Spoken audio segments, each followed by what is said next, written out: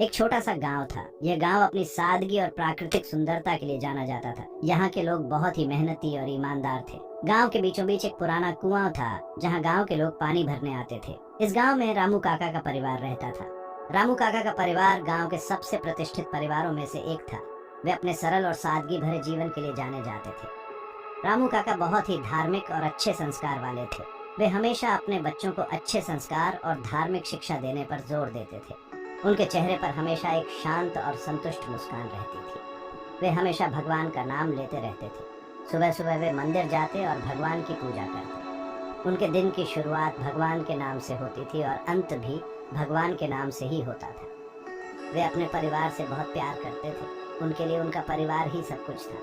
वे हमेशा अपने परिवार के साथ समय बिताते और उनकी खुशियों का ख्याल रखते थे। उनके परिवार में उनकी पत्नी, एक बेटा और एक बेटी थी। उनकी पत्नी बहुत ही समझदार और स्नेही थी। बेटा और बेटी दोनों ही बहुत ही आज्ञाकारी और मेहनती थे। रामू काका का बेटा खेती करता था। वह अपने पिता की तरह ही मेहनती और ईमानदार था। वह खेतों में दिन रात मेहनत करता और फसल उगाता था और बेटी घर के कामों में माँ की मदद करती थी। वह अपनी माँ के साथ मिलकर घर के सारे काम करती और परिवार का ख्याल रखती थी। पूरा परिवार बहुत ही मिलनसार और खुश था। वे हमेशा एक दूसरे की मदद करते और साथ में समय बिताते थे। उनके बीच का प्यार और समझदारी देखने लायक थी।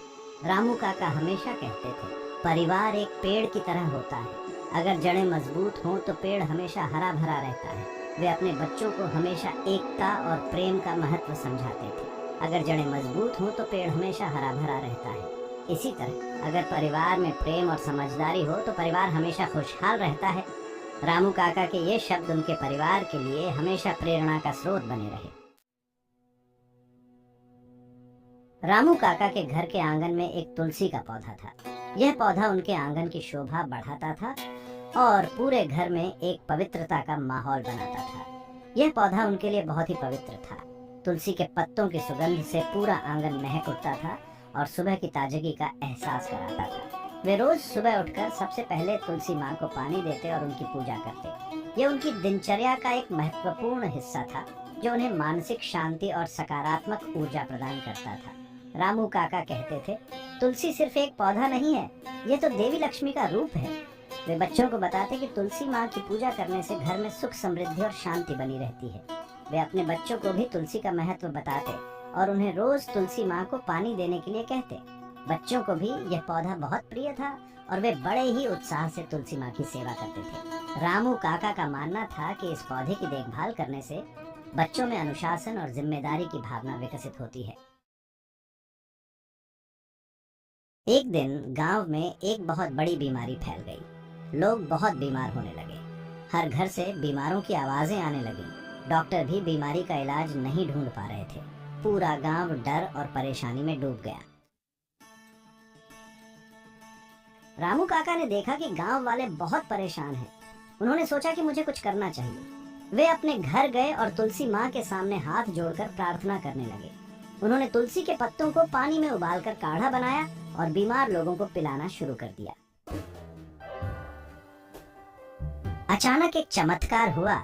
जिन लोगों ने रामू काका का बनाया तुलसी का काढ़ा पिया, वे जल्दी ठीक होने लगे। पूरा गांव रामू काका का आभारी था। सभी ने तुलसी के पौधे की महिमा को जाना। धीरे धीरे बीमारी कम होने लगी। गांव के लोग अब पहले से ज्यादा स्वस्थ और खुशहाल दिखने लगे।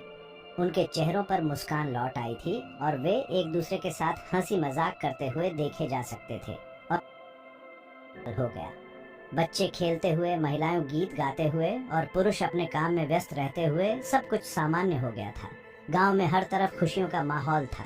यह घटना पूरे गांव के लिए एक सीख थी। सभी ने मिलकर इस कठिन समय का सामना किया और एकजुट होकर डाला। गांव की एकता और सहयोग ने सभी को प्रेरित किया। इसने सभी को याद दिलाया कि प्रकृति हमारे लिए कितनी जरूरी है। गांव के लोग अब अपने आसपास की हरियाली का और भी ज्यादा ख्याल रखने लगे।